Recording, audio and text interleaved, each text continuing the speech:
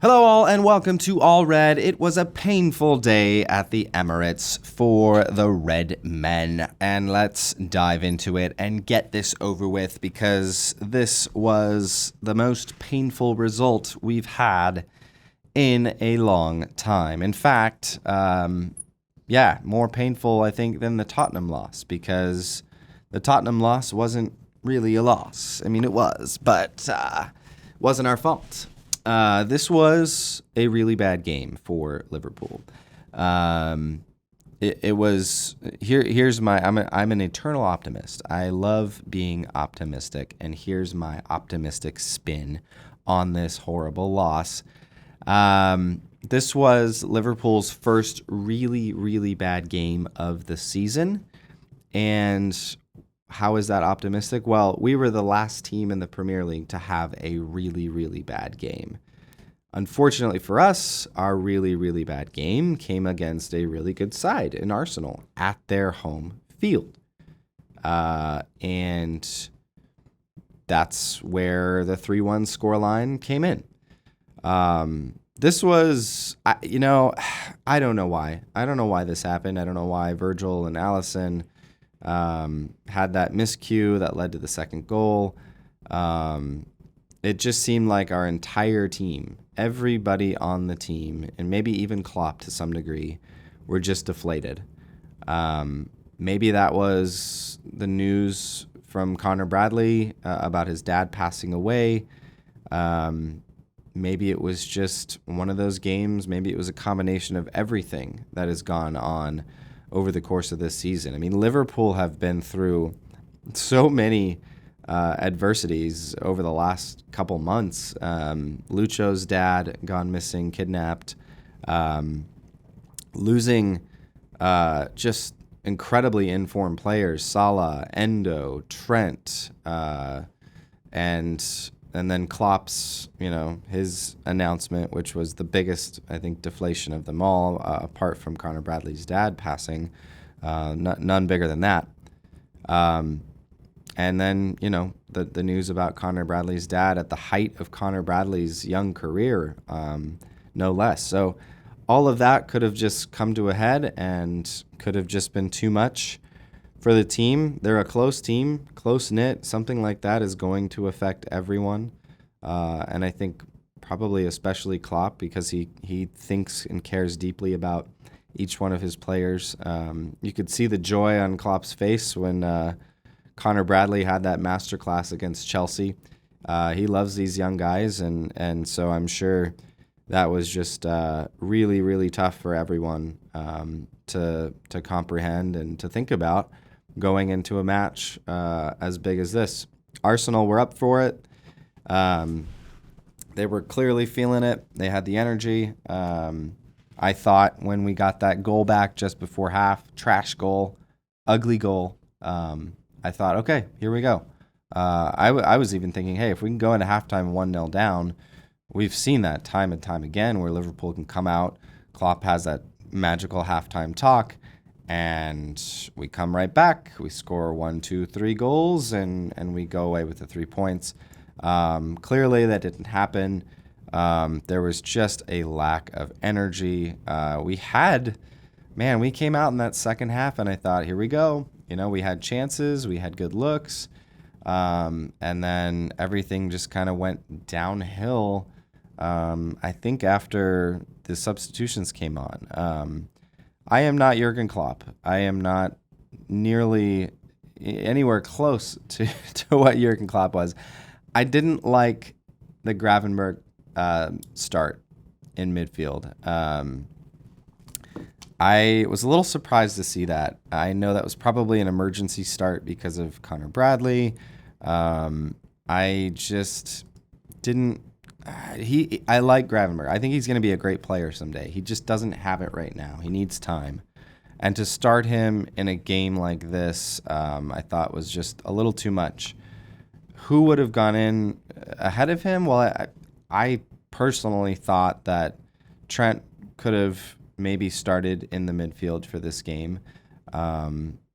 Clearly, Klopp didn't think that that Robertson was ready to start at left back because because I would have probably started him at left and Joe Gomez at right. I thought Gomez probably could have kept up with Martinelli a little bit more than Trent could have. And then maybe Harvey Elliott gets a start in the midfield.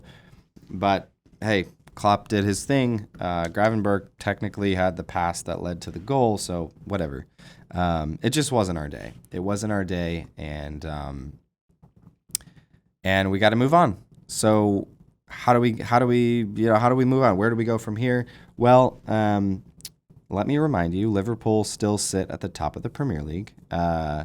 Liverpool are 2 points clear of Arsenal now, and technically, I think our greater worry right now is City, because technically they're if they win their next 2 matches or whenever they are able to catch up, they've got 2 games in hand right now. They play Brentford today in a couple hours here, but technically they have destiny in their hands with that. But we still sit 2 points clear of Arsenal, 5 points clear of City at this point in time. We are in an incredible position because we are still in the Carabao Cup, the UEFA League, and the FA Cup. The quad is very much still on, and our destiny in the Premier League is still in our own hands. Don't forget that City still have to come to Anfield. And that is going to be an incredible match. I hope it is still a match that means a lot, meaning that Liverpool are still front and center. Maybe, hopefully, we're maybe a little bit further ahead. That's the hope, and that is just a game where we solidify our positioning. Probably won't happen. If you look at City's next few matches up until that point, there's not a lot to be excited about. But let me remind you, Brentford is pretty tricky when it comes to City. I think they've actually won their last 2 matches against them. So don't sleep on Brentford, and that is a home game for Brentford. So we'll be watching that very closely. So Liverpool still in an absolutely excellent position.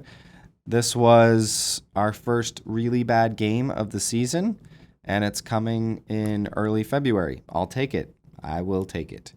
We'll be missing Konate for our next match. I think we'll be fine. Kwanzaa will slot in. And here's another silver lining. Thiago Alcantara played football yesterday. He came on to the field and kicked a ball around, and we have Thiago back. We have Andy Robertson back. We have Trent Alexander-Arnold back. We have Salah coming back soon. We have Endo coming back soon. We are almost fully fit, and I feel for Klopp because what is he going to do? Who gets left off the team sheet? Not even like the starting 11, but who gets left off the team sheet? This is going to be very interesting to see how he maneuvers this. And I trust Klopp. He's the guy to do this. But we've had such a tight-knit group here with all the adversity. Now that that's going to loosen up a little bit and we're going to see people come back, there's going to be some work that needs to be done to keep that tight-knit chemistry that I think the team has just naturally found through that adversity. There's been scrappiness. There's been energy. There's been kind of a dark horse mentality. We're first in the league, but almost like hey, the world's against us. Nobody thinks we can do this without Mo Salah, without Trent, without Endo. We're going to go show them.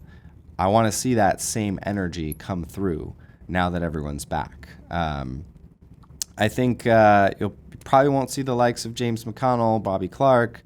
I don't know who else you sit down. Maybe Gravenberch kind of sits for a while with all these guys coming back. So lots to be excited for. Let's get to this Saturday coming up. Let's beat Burnley, get back into a winning streak, and hope along the way that City drop a few points here and there. Our remaining schedule is pretty good. If you look at in the Premier League, our upcoming schedule is not too bad. Burnley on Saturday, then it's Brentford, Luton, Nottingham Forest, and then the big match against Manchester City. After that, it's Everton, Brighton, Sheffield, Man United. That game's at Old Trafford. Crystal Palace, Fulham, West Ham, Spurs at Anfield, Aston Villa, and Wolves. So a couple tricky fixtures in there. Maybe the most difficult remaining fixture, apart from City at Anfield, could be Aston Villa away at Villa Park. That's the second to last game of the season, but that's looking way too far ahead.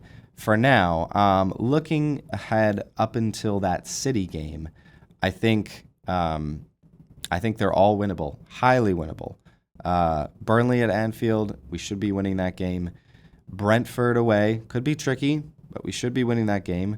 Luton Town at Anfield. Luton is a caged monster right now, but at Anfield, you have to think we should be winning that game. And then Nottingham Forest away, should be winning that game. Should be getting all 12 points in the next 4 matches leading up to that March 9th fixture with City at Anfield. Let's look at City's fixtures real quick. Manchester City, we know they have Brentford right now, today, and in just a few hours. Then it's Everton, Bournemouth, Burnley. No. Get out of here. Manchester City. What are you doing? Manchester City, they have Brentford, then Everton at home. Should be a thrashing. Chelsea at the Etihad. I don't see Chelsea doing anything there. And then Brentford once again at the Etihad. So I think by the time we get to March 9th, City, I think, will have made up those 2 games in hand. And I expect them to kind of win all of them. They have Brentford away, Bournemouth away. Other than that, they're playing Everton, Chelsea, Brentford, and Man United at the Etihad. Those should all be wins, but this is the Premier League, and you never know what's going to happen. They also have a lot of fixtures in there, so maybe there's some fatigue that sets in, but we shall see. Time will tell. Let's go up the Reds. You'll never walk alone. Come on, you Red men. Let's go Liverpool.